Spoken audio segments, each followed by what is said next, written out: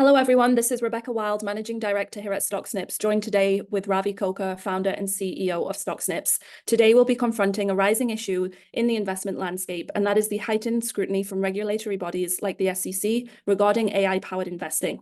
So let's explore the risks and solutions associated with AI-powered investments in light of this heightened scrutiny. Ravi, given AI is a very broad term, what AI technologies are relevant in investing and wealth management specifically? Thanks, Rebecca. You're right. AI is a very broad term. It was coined to basically say that any human task performed by a machine that will be considered artificial intelligence. So there's all the way from robotics, autonomous driving, natural language processing, more recently generative AI such as ChatGPT from OpenAI, machine learning and deep learning. All of that would be different types of branches within AI.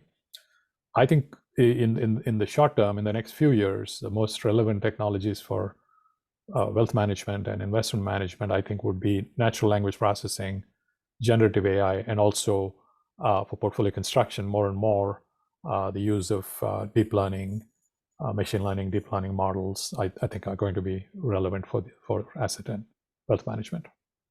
Why do you think it's so important to explain the specific type of AI technology used when creating these AI-powered investment solutions? There are two reasons. One is what is called explainability.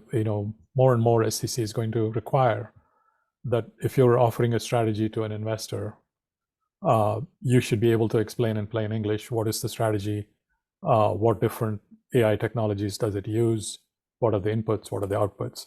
So that's one reason, what is called explainability. The second reason is that the type of technology you use and the use case will determine what risk disclosures you have to make. So if you're an RIA and you're using ChatGPT with generative AI, then the risks are, as you know, everybody knows that ChatGPT could produce, answers that are inaccurate.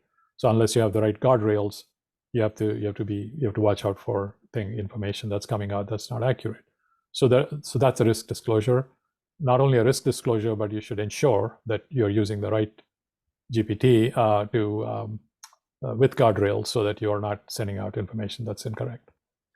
The second part, coming to machine learning and deep learning, if you're using those for predicting and for picking stocks, then again, what are the features that are input to the model? What are the outputs?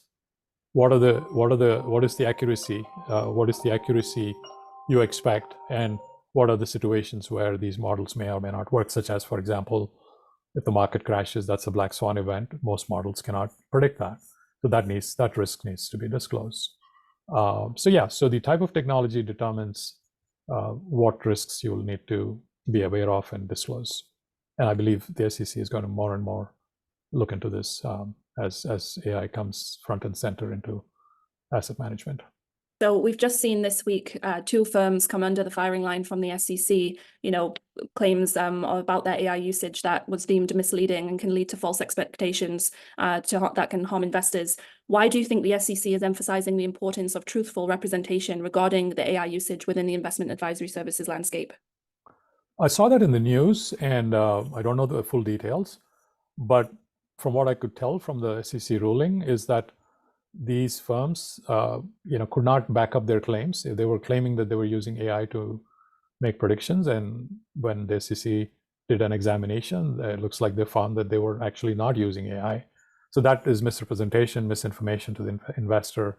So I believe that the SEC action was in line, and I clearly believe that the firm should have been more truthful in its claims.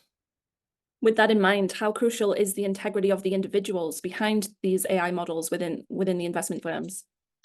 With that in mind, this is 101 for due diligence, right? Any strategy, whether AI or some other strategy, any quant strategy, or even a discretionary strategy, the reputation of the firm, the reputation of the portfolio manager, his education, his background, his experience, and then of course the track record of the strategy, all of that has to be looked into. So that's not any different for AI. So if it's an AI strategy, the portfolio manager should have both a background and experience in AI. And the second thing is the model should have been back tested, and there has to be a track record on how the model performance is. And so all of that are valid questions to ask. So that's all the ethics of the firm, the track record of the individuals running the strategy. All of that are extremely important. And lastly, Ravi, what steps can wealth advisors take to clarify to their clients the complexity of these AI models? This goes back to the type of technology being used, whether it's natural language processing or machine learning. I think what are the inputs and the outputs? For example, in our case, in the case of StockSnips, if you're using natural language processing for deriving a sentiment signal from news sources, we need to be able to explain what are all the sources that the content is coming from, which sources, how reliable are those sources, how is the sentiment derived, what validation has been done with those signals. So all of that has to be, is something that becomes very important to question. The second thing is if you're using machine learning or deep learning for prediction, again, what are the features that are inputs, what are the outputs, under what conditions have the models been tested, and what are the limitations of the models. All of that is fair game in terms of evaluation and assessment.